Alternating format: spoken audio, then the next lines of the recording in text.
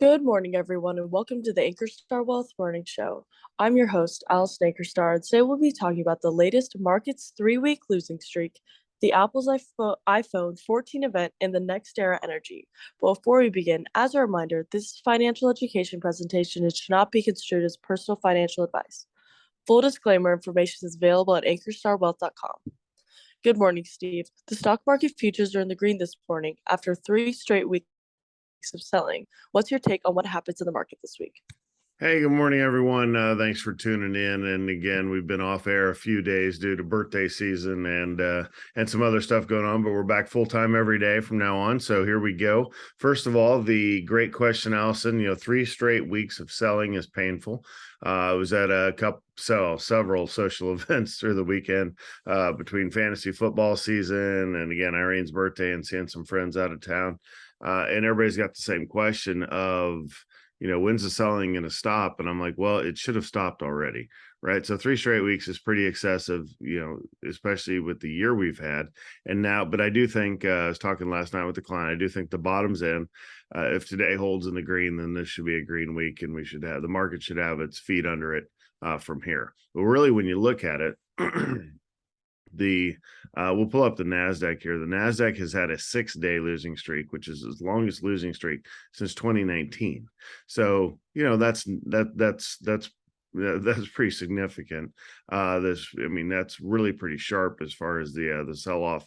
You've seen these in the past, and after a sharp sell-off, you tend to bounce. You don't know exactly where because it's not completely predictable, but it is, I think we're at a point now where we're within range of the annual low here to where we're going to see a bounce and we can start moving back higher from here. So overall optimistic for where the market is going to go from here. I'm ready to put money to work today, and just get it back going, and hopefully that the bottom will form a bottom here and go back higher. Next, Apple's iPhone 14 release is expected this week. What's your take on how this will affect Apple's stock?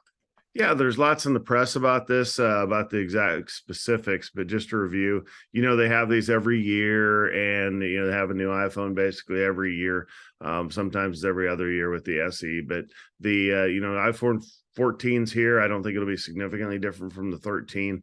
The notch that makes everybody mad, I didn't know that I was supposed to be mad about the little notch there, is being fixed for another design feature there, and should be similarly priced to the iPhone 13s, which were cheaper than in the past.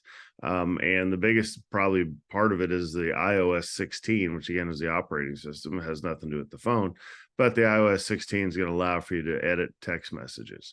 So that is kind of a big deal as far as, the Apple messaging system. But the event's called Far Out. It's tomorrow.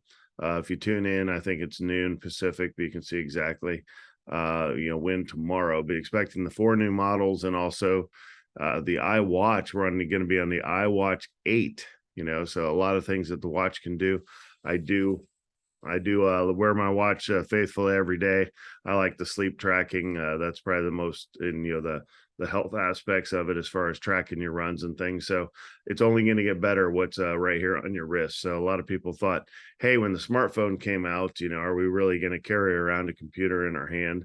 And I think the answer is a resounding yes. Yeah, everyone does that. So when the watch came out, it's like, well, really, are we going to put this computer under our watch or, under our wrist? It's like, well, yeah, I think it's a resounding yes on there. Again, largely for the healthcare aspects, not necessarily, getting in and typing in your wrist. I don't see that coming, but as far as the things you can use it for, voice, pretty impressive. And again, all the health tracking. So a lot of new exciting stuff coming out at the Apple event tomorrow. Let's take a look at the stock. The stock has been unfairly beat up, and I will say that it's the overall market has pulled the stock down. That's the one day I wish that was the chart for the year, but it's not. So we had the bottom here around 130. I mean, it was a screaming buy then. Came all the way up to 170, now back to 156. You can hop into Apple here. My story is always the same. You want to hold Apple, not trade it. If you don't have Apple in your portfolio, you should get some. If you have it, you should hold it. And there's no real reason to sell, even as the price flops around here. So just a great company, great products. I do think it's going to bounce somewhat with the new release and all the hype and everything that goes with the new products tomorrow. So take a look at Apple if you don't, especially if you don't have any. Last, NextEra Energy is poised to benefit from the Inflation Reduction Act. Is ticker NEE a buy-seller hold? Well, it's hard. The Inflation Reduction Act had a lot in it that had nothing to do with inflation, but one of the companies that does stand to benefit is this NextEra. We have that in a more aggressive model as well as a few others.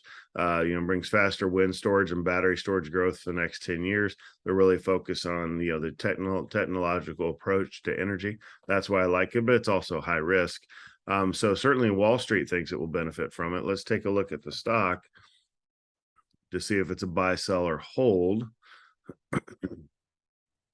Get the stock pulled up here, go to the 1-year chart. So here's the story behind the stock is on each of the bounces that the markets had this year, NextEra Energy has screamed higher, even more so than Apple. So remember how Apple had come up, like 2/3 of the way each time. NextEra Energy keeps coming up, pretty almost where it was before each time. So I do like the entry point here. I liked it better earlier, and we've been loading up on it.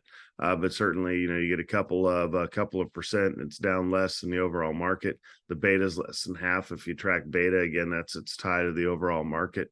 So from a profitability perspective, they are profitable. It's a little bit expensive. Profitable, getting more profitable. That's why you see the forward PE getting cut in half. But really, I think it's the leap of faith you have to make with a technology firm is sometimes you're paying more than the market. Well, almost all the time you're paying more than the market PE to be able to participate on it. So participate in the stock. So a lot of things to like about NextEra Energy. Again, it's in our optimized portfolio, risk optimized portfolios. Is one of the major holdings. So I really like it here, even at this entry point. Thank you, everyone, for your questions.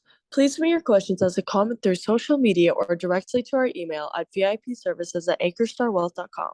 And don't forget to like and subscribe to get daily updates. That's all we have for today's show. I'm Allison Ankerstar, and we'll see you here tomorrow.